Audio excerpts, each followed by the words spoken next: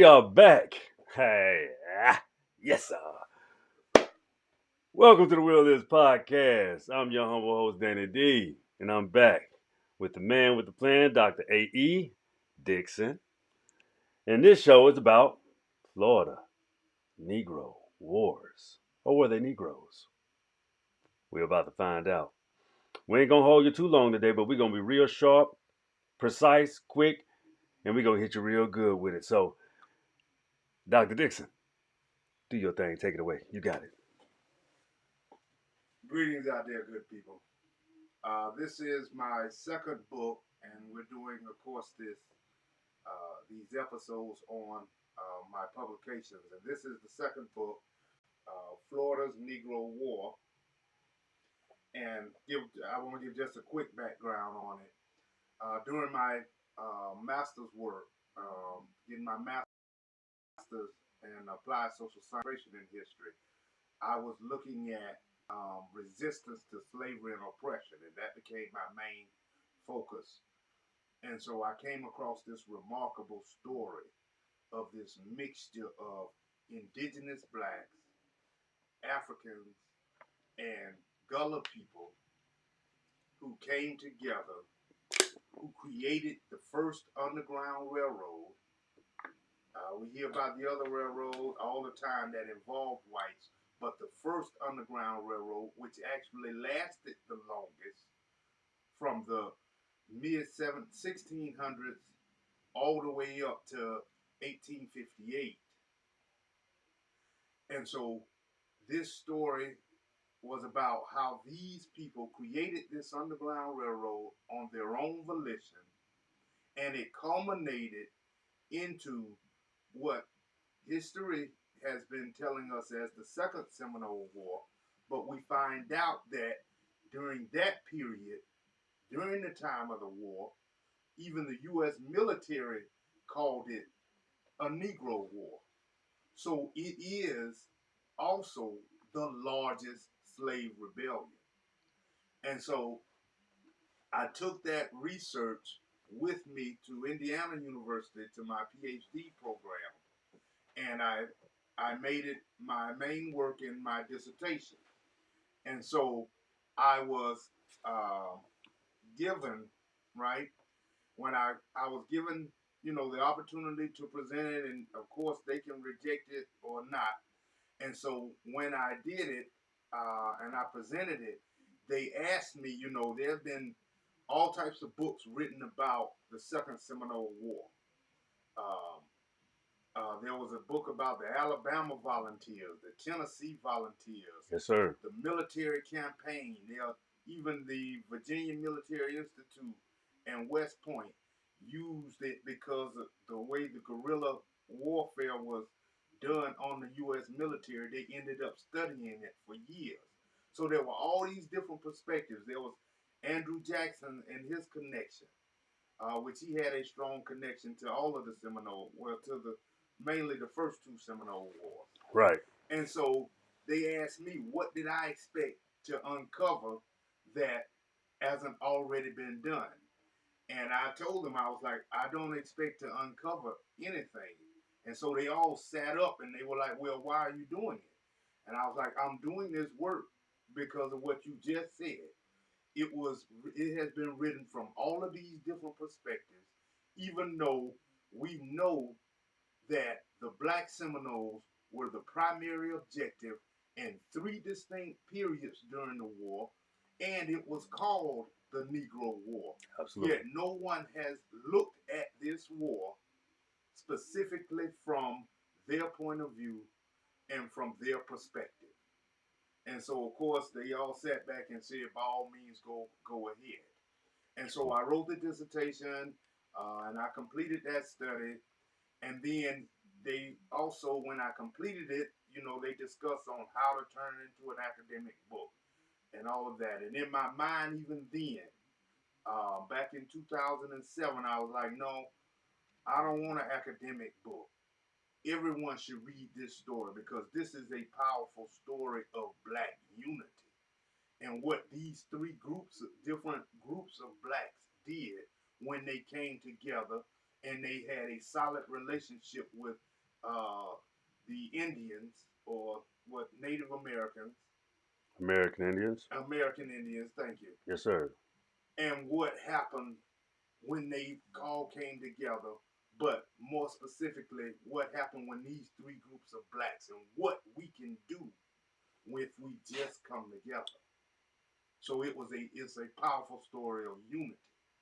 And so a few years later, I wrote the book, Florida's Negro War, and there are other books. There's Black Rebellion, um, that also helped me shape and form the Florida's Negro War into the larger scope of a rebellion, and it strengthened my point in making the argument that this was the largest slave rebellion in U.S. history. Yes, sir. By looking at the dynamics, by looking at the characteristics of what constitutes a slave rebellion and all of that good stuff. Yes, sir. And so I wrote the book in around 2013, 2014, and years went by, and more interest in the relationship between blacks and American Indians, and the overall interest in black history picked up. And so I was invited onto a show, the Rock Newman Show. And when I went on to the Rock Newman Show, it just kind of snowballed from there. And so it snowballed to the point where I was contacted by filmmakers in Los Angeles, and we are in the process right now of doing a documentary on the Black Seminoles. It's called Freedom Seekers. By all means, go to blackseminoleproject.com and follow us, subscribe, keep up with this powerful story of unity.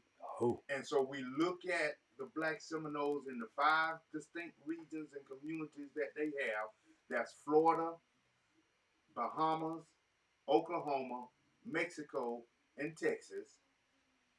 And we also took the book again as the basis, and we created a film. And we're working on the film now. And the film is called Ghost in the Grass. Louis Gossett Jr. Was our primary producer. Of course, he passed recently, within last 18 months or so. Yes, sir.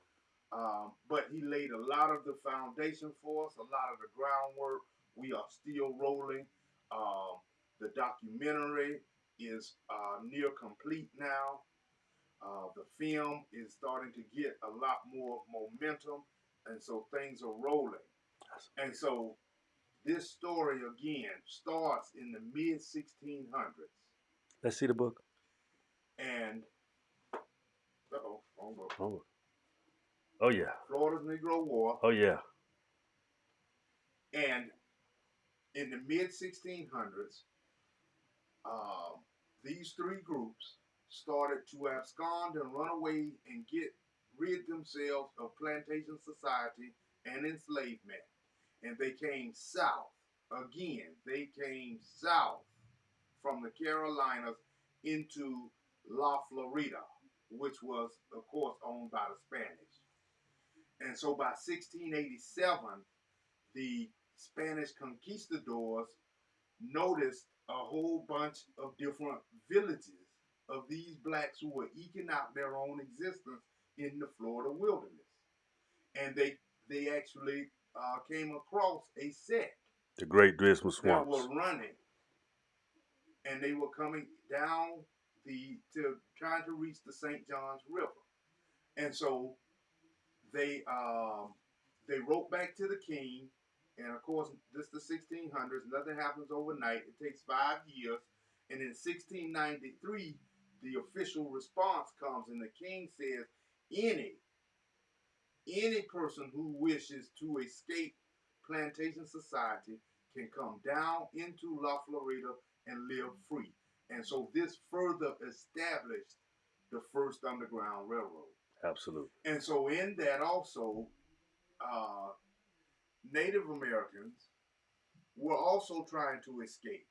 And so these small bands and then these larger bands of Creek that were coming out of northern Alabama all came down into La Florida as well. And so they began to cohabitate.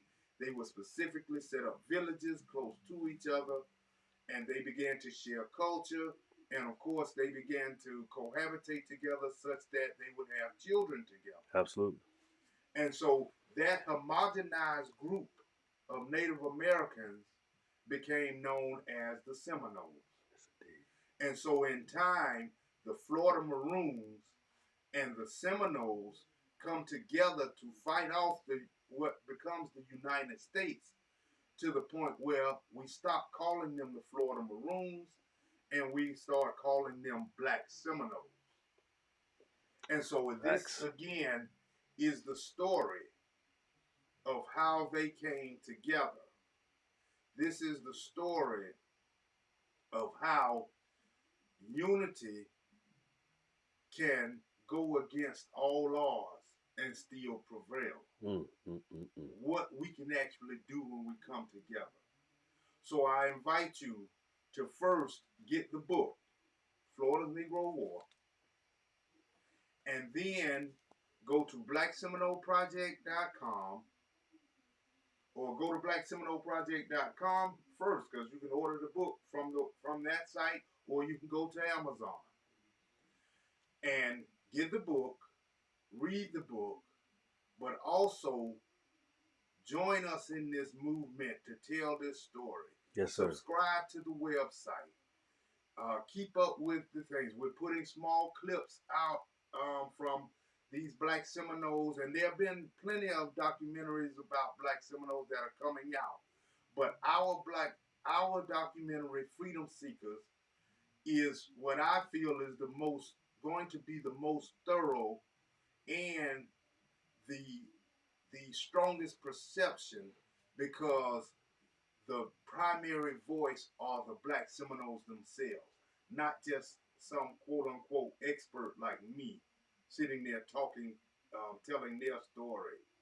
But we have over 20 Black Seminoles from all 5 regions that are going to be in this documentary, that are going to provide this voice, that are going to tell you their story, going to tell you what the issues are they're facing today, and show you how they are fighting to remain and keep their culture intact. Absolutely. And how important their story is to American history and to Black history and to our diaspora. So again, get the book, Florida's Negro War. Go to blackseminoleproject.com, subscribe, keep up with us, be on the lookout for the documentary, and then continue to support, because the movie is coming. Ghost in the Grass. Thank you. That's beautiful, man. That's so exciting, ladies and gentlemen. I'm going to be a big supporter of these projects. Everything my man Dr. Dixon puts out, Dixon, we're going to be on it. So do us a favor. Do the same. We need you. We need all of us. You know why we need all of us? 2 reasons. 1, we all we got. 2, we have no friends. So whether you like it or not, we got to learn. Oh, go ahead. Yes, sir. Go ahead. Guys, get them. We really are all we need. That's it. That's a fact. So we're gonna roll with part 2. But first of all, we got to cut this one to an end. So the wheel is yours. Stay tuned. Yes, sir. That was thorough.